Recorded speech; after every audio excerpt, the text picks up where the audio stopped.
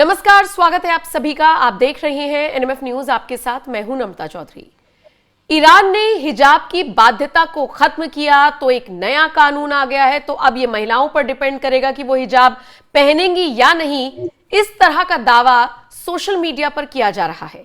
जब हमने इसकी पड़ताल की तो पाया कि कानून तो ऐसा कोई नहीं आया, लेकिन कुछ जगहों पर इस मुद्दे को ईरान में उठाया गया है। और उसके बाद की ये तस्वीर, जिसे ईरान का होने का दावा किया जा रहा है सोशल मीडिया के हवाले से ही, जहां पर कुछ महिलाएं कथित तौर पर हिजाब को जलाती हुई नजर आई हैं। ये एक सांकेतिक प्रदर्शन था जिसमें उन्होंने ये बताने की कोशिश की कि हमें इससे आजादी चाहिए और हमें इससे आजादी मिल गई है। अब ये वीडियो वायरल हुआ, इस तरह की बात ईरान से सामने आई तो फिर इसकी पड़ताल की गई। कानून अभी तक कोई पारित नहीं हुआ है, लेकिन हाँ, हिजाब सार्वजनिक जगहों पर अभी भी मान्य होगा। भाई, ईरान जैसी कंट्री में तो हिजाब पहना ही जाएगा निश्चित तौर पर। वहां पर कैसे पूरी तरीके से बैन हट सकता है। लेकिन यहां पर हमें समझना होगा कि नकाब को लेकर, बुर्के को लेकर, हिजाब को लेकर कई देश आगे आए हैं। हमने देखा कैसे इटली की प्रधानमंत्री जॉर्जिया मेलोनी इस पर काम कर रही है। फ्रांस में तो पहले से ये चला आ रहा है। और भी देशों में इस तरह की बातें उठ रही हैं कि नकाब की जरूरत ही क्या है। आज इसी पर चर्चा करेंगे। विदेशी मामलों के जानकार निपुण आलमबाइन जी मेरे साथ मौजूद हैं। आपका स्वागत है सर। अब देखिए, ईरान से जुड़ी हुई ये खबर सामने आई। सबसे पहले तो इसे ब्रीफ कीजिए, इसमें कितनी वास्तविकता है, ये कितनी सच्चाई है, और जो ये एक दावा किया जा रहा है कि अब हिजाब लगाना है या नहीं, ये वहां की महिलाओं की मर्जी पर डिपेंड करेगा, कोई कानूनी बाध्यता नहीं है, ऐसा है क्या? देखिए नमस्ते जी, एक तो मैंने अभी कोई लॉ ऐसा देखा नहीं है कि ईरान की गवर्नमेंट की ओर से पास हुआ हो ऐसा कोई लॉ। तो ये तो क्योंकि मैं सुबह देख रहा था तो ऐसा कोई लॉ मुझे नहीं मिला। तो अभी जब तक ऑफिशियल उनके मिनिस्ट्री के द्वारा या उनकी वेबसाइट के द्वारा कंफर्म ना हो जाए तो हम इस खबर को यही मानते हैं। लेकिन ये बात है कि ईरान में लंबे समय से प्रोटेस्ट है महिलाओं के द्वारा कि हमें हिजाब नहीं पहनना है। क्या रीजन है, क्या कारण है, थोड़ा समय से मैं आपको बताऊं। आपने एक बात कही कि ईरान में ऐसा नहीं होगा, नहीं। आप 1979 से पहले ईरान को देखें तो वो ईरान जो था वेस्टर्न ईरान था। बिल्कुल। हिजाब तो आप छोड़िए, वहां पर महिलाएं वो कपड़े पहनती थी, पुरुष वो कपड़े पहनते थे जिनको आप वेस्ट कंट्रीज में देखते हैं। यानी कि आपको अगर ईरान चले जाए तो आपको महसूस नहीं होता था कि हम किसी के सामने कंट्री में आए। ठीक है, करेक्ट। पूरा ओपन खुलापन था, महिलाएं स्कर्ट वगैरह तक, मतलब एकदम खुलापन इस टाइप से था। लेकिन जैसे 1979 पे वहां पर इस्लामिक रिवॉल्यूशन होता है, खामनेई गवर्नमेंट आती है। खामनेई गवर्नमेंट क्या करती है, नियम बनाती है और नियम के साथ एक मॉरलिटी पुलिस बनाई जाती है। ये एक अलग तरह का एक एक्सपेरिमेंट देखने को मिलेगा एक देश के अंदर, जहां पर पॉलिटिकल और रिलीजियस दोनों तरह के सिस्टम आपको देखने को मिलते हैं। वहां पर जो सुप्रीम लीडर है वो रिलीजियस हेड होता है, यानी कि खामनेई जो प्रेजेंट आप देखते हैं।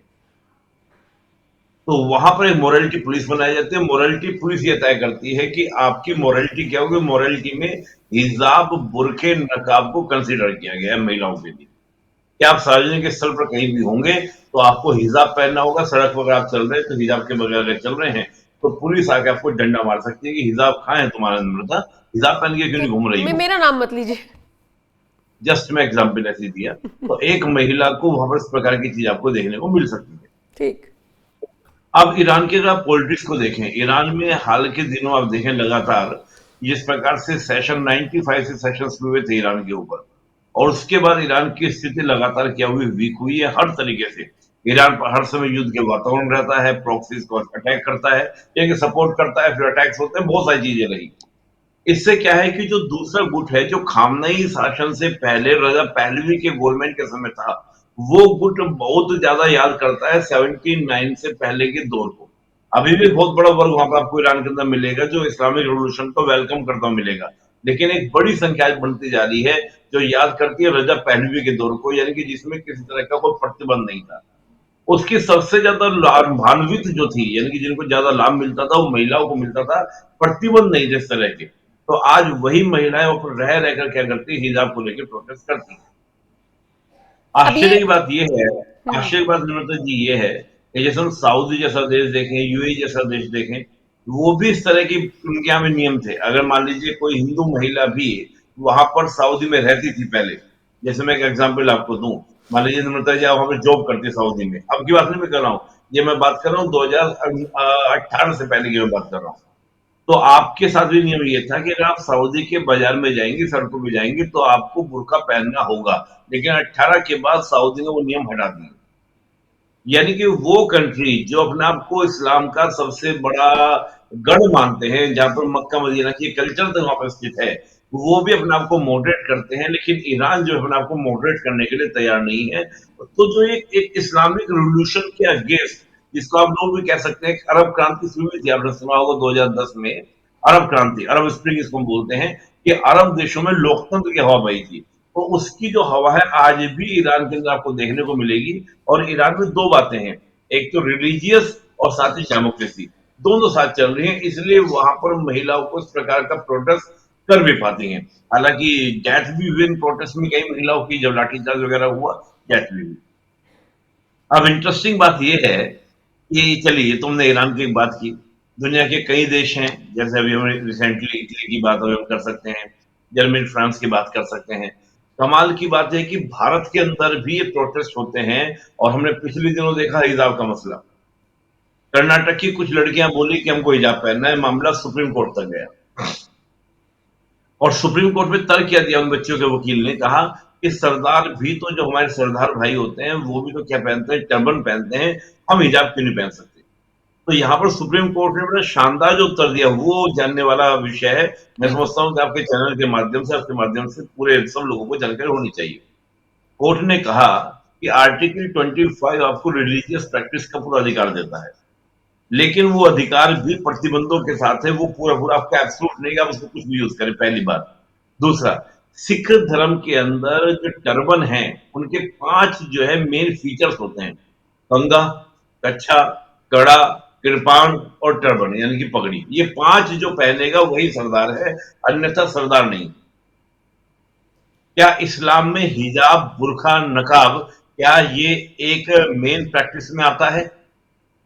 इसका उत्तर नहीं था। हदीस में कहा गया, यहां कहा गया, वहां कहा गया, नहीं। Is not the part of the main practice. Main practice का पार्ट है 5 वक्त की नमाज। ओके। तो कोर्ट ने कहा ये फालतू की बातें नहीं चलेंगी, इस तरह की चीजें मत बोलिए, आप सरदार भाई से तुलना मत कीजिए, वहां का मेन प्रैक्टिस का पार्ट है, आपके मेन प्रैक्टिस का पार्ट नहीं है। कोर्ट ने मना कर दिया। आप पहनिए, आपको अपने, लेकिन आप कहें कल को कोई मुस्लिम व्यक्ति, महिला आकर एडमिनिस्ट्रेशन में आईएएस अधिकारी बनकर आके बोलेगी मैं तो हिजाब बुर्का पहनकर। और कमाल की बात तो क्या है ममता जी, हमारे यहाँ तो इस पर विवाद होता है कि जब चुनाव के समय महिलाएं वोट डालने जाती है कि हम अपना बुर्का नहीं हटाएंगे। भाई कैसे पता चलेगा, शिनाख्त कैसे होगी? बुरखे के पीछे कौन है, अब्दुल है या सकीना है, ये पता कैसे चलेगा? इस बात पर विवाद होता है। तो मुझे लगता है कि कहीं ना कहीं इस तरह का एक माइंड वॉश की प्रक्रिया, तमाम तरह की चीजें बच्चों को समझाया नहीं जा रहा कि तुम क्या कर रहे हो, क्या नहीं कर रहे हो। ईरान का ये एग्जाम्पल दिखाता है कि समझो, हमारे यहाँ भी प्रथा प्रथा थी।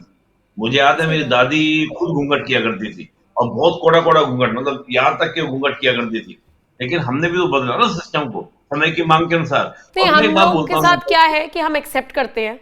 सती प्रथा भी थी ना, ऐसे अभी तो धीरे धीरे दहेज बिल्कुल प्रथा भी खत्म हो रही है, बहुत जगह से खत्म हो गई है। कानून का खौफ कह लीजिए या लोगों की जागरूकता कह लीजिए, ना दो ना लो, मांग के तो एक सुई भी नहीं देंगे अपनी मर्जी से। अब तो ये वाली बातें चलने लगी हैं, हम एक्सेप्ट करते हैं, हम रिफॉर्म करते हैं, वहां एक्सेप्ट ही नहीं कर रहे हैं, मान ही नहीं रहे हैं। सबसे बड़ी बात क्या समझ आई, मैं एक बात, मतलब मुझे हालांकि मतलब थोड़ा सा, मेरे दादा कहा करते थे, मुंह की छिपाना। मुंह कौन छिपाता है? फेस कौन छिपाता है? बस और मैं समझ वाली आपको एक बात बात है। बताऊं निपुण जी, ये पर्दा प्रथा या ये घूंघट प्रथा भी कोई हमारे बहुत पहले से नहीं आई है। मैं बहुत ज्यादा दूर बिल्कुल। नहीं जाऊंगी, मैं कल ही की आपको बात बताती हूँ। मैं रामानंद सागर की रामायण देख रही थी, और मैं वहां देख रही हूँ कि माता सीता का पूरा चेहरा दिख रहा है जब वो अपनी सास के पैर छू रही हैं, तीनों माताओं के पैर छू रही हैं, गुरुदेव के पैर छू रही हैं, कोई उनका चेहरा नहीं ढका हुआ। इतना उन्होंने, मतलब हमारी उस टाइम की महारानियों ने कभी, राजाओं की रानियों ने कभी नहीं मुंह ढके। तो मुगल आए, उसके बाद ये सारी चीजें शुरू हुई, रात में शादी की प्रथा शुरू हुई, उठा उठा कर ले जाते थे। ऋग्वेद को आप पढ़ेंगी, जो हमारा सबसे पुराना वेद माना जाता है, उस वेद में बकायदा पूरी चर्चा है कि महिलाएं भी हमारी सभाओं में हिस्सा लेती थी, वहां बोलती थी, और कोई घूंघट प्रथा नहीं थी। स्पष्ट मेंशन है ऋग्वेद में, हजारों साल पहले लिखा हुआ है। ये तो जो आपने बिल्कुल सही बात कहा, आक्रमण होने शुरू हुए तो पर्दा प्रथा हुई, फिर ये एक समय कालखंड के हिसाब से कुछ देखा कि चलो ठीक है ढक लेते हैं, लेकिन बाद में हटा दिया गया। तो ये जो चीज है, और मैं कहता हूँ चेहरा छिपाना क्यों चेहरा छिपाना है? जिसे क्राइम करना है, कहते हैं कि सिक्योरिटी। अब मैं देखता हूँ, मैं कई बार देखिए क्या नाम है, टीचिंग भी करता हूँ सुनीता जी, और मेरे साथ में बहुत मैच्योर बच्चे, यूपीएससी के बच्चों को पढ़ाता हूँ मैं। तो मेरे पास हर तरह के बच्चे मेरे से जुड़ते हैं जो पीजी करे हुए हैं। मैं उनसे बात भी करता हूँ, भाई क्यों? तो आप उनके लॉजिक अगर सुने ना अनिता जी, मैं अगर दो चार लॉजिक आपको बताऊं तो आप कहोगे अरे ये कहाँ से पढ़ लिया? कहते से सिक्योरिटी रहती है, हिजाब से सिक्योरिटी। कैसे? कैसे? मतलब चेहरा ढका रहता है कि कोई देखता नहीं है, और दूसरा उनको होता है कि हाँ जो ये चेहरे लेकिन चेहरा छेड़छाड़ तो देखकर बुर्के उनको। वाली के साथ भी हो जाती है। मैं वही कह रहा हूँ कि अब चेहरा मेरठ देखकर का वीडियो करते हैं सबने लोग। देखा होगा, वो मेरठ का क्या बड़े सारे केस।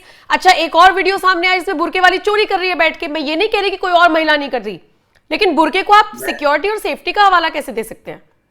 आप एक बात सोचिए, एक 80 साल की महिला के साथ रेप हो जाता है, वो क्या प्रश्न पैदा कर रही थी चेहरा दिखाकर? सही बात। एक 3 साल की बच्चे का रेप हो रहा है, क्या वो आकर्षण पैदा कर रही थी? ये तो सब बेकार की बातें हैं। बेकार की बातें चेहरा हैं। दिखेगा तो, हाँ, चेहरा दिखेगा तो स्पष्ट होगा कौन है कौन नहीं है। सही अब बात। ऐसा थोड़ी होगा, ये सब चीज। दूसरा रीजन कि हमको उससे प्रोटेक्शन रहता है धूप से, ये से। अरे यार, धूप से प्रोटेक्शन, मैं तो मानता हूँ बुर्का पहना दिया आप। अब जून के महीने में मैंने देखा कि महिलाएं काले रंग का बुर्का सीधा पूरा घर में अब्जॉर्ब कर रही, नीचे सूट पहना हुआ है, ऊपर से बुर्का पहना हुआ है। कितनी घुटन उसके अंदर होती हुई, लेकिन उसको एक तरह जोड़ दिया गया। होता क्या है कि उन बच्चों की भी गलती नहीं है, उसमें क्या आदर्श बेटी। जैसे मैं जब भी होली दिवाली पे घर जाता हूँ तो मैं धोती कुर्ता पहनता हूँ। तो मेरे पिताजी मुझे क्या बोलते थे, वाह देखो ये हमारे कल्चर का। ठीक है, धोती कुर्ता एक अलग विषय हो गया, लेकिन वो उसको कल्चर से जोड़ दिया गया, उसको जोड़ आदर्श दिया, बेटियां। इस्लाम के साथ जोड़ दिया है, तो बच्चों ने भी इसे, जो छोटी छोटी बच्चे हैं उन्होंने इसे ऑप्ट कर लिया है। लेकिन निपुण जी, अगर आप पढ़ी लिखी लड़कियों को अरे देखेंगे, बिल्कुल। आपके भी बहुत सारे स्टूडेंट्स होंगे जो लड़कियां होंगी, मुस्लिम होंगी, वो नहीं बुर्का पहन के आती होंगी, वो नॉर्मल कपड़े पहनकर आपसे कोचिंग लेने आती होंगी। हमारे ऑफिस में एंकर्स हैं, हमारे ऑफिस में हमारे कुलीग्स हैं, मुस्लिम लड़कियां जो है नॉर्मल आती हैं। वो मैंने उन्हें कभी नहीं देखा बुर्के में। आप उनसे एक बात पूछिएगा, होता क्या है, मैं आपको से एक लास्ट बोल दे रहा हूँ। उन बच्चियों को जो बुर्का पहनती है, उनकी समाज में एक अलग से रेपुटेशन बनाई जाती है। देखो ये इस्लाम की अनुयायी लड़की है, ये पढ़ाई भी कर रही है, सभ्यता कल्चर को साथ लेकर पढ़ाई कर रही है। उस तरह का एक डेकोरम सा मेंटेन, एक है ना, एक ऑरा सा बनाया जाता है, जिससे क्या होता है और लड़कियां भी प्रभावित हो। और बुर्का भी टाइट फिटिंग का नहीं होना चाहिए, ढीला ढाला होना वो चाहिए। मतलब वो एक सही चीज है क्राइटेरिया उसमें। है उसका भी, ज्यादा चमकीला बिल्कुल। नहीं होना चाहिए। सिंपल सा, ये हाँ। तो अभी चीजें चल गई हैं स्टाइलिश बुर्का, नहीं तो बहुत सिंपल। मैं एक मौलाना का इंटरव्यू करी थी, वो ये सारी बातें मुझे बता रहे थे। खैर, पंकज जी एक गेस्ट हमारे साथ जुड़ते हैं, पंकज जी, उन्हीं का नाम आ रहा है। खैर निपुण जी, बहुत बहुत शुक्रिया। मेरे को लगता है हमने ईरान से शुरुआत की थी, हम पहुंचे हैं जिस तरीके से भारत में भी कुछ लोग हिजाब की वकालत करते हैं। शुक्रिया अपनी राय रखने के लिए, ये सारी जानकारियां साझा करने के लिए। बाकी आप लोगों का इस खबर पर, इस चर्चा पर क्या कुछ कहना है, आप अपनी राय हमें जरूर दीजिएगा। और बाकी अपडेट्स के लिए बने रहिए एनएमएफ न्यूज के साथ। नमस्कार।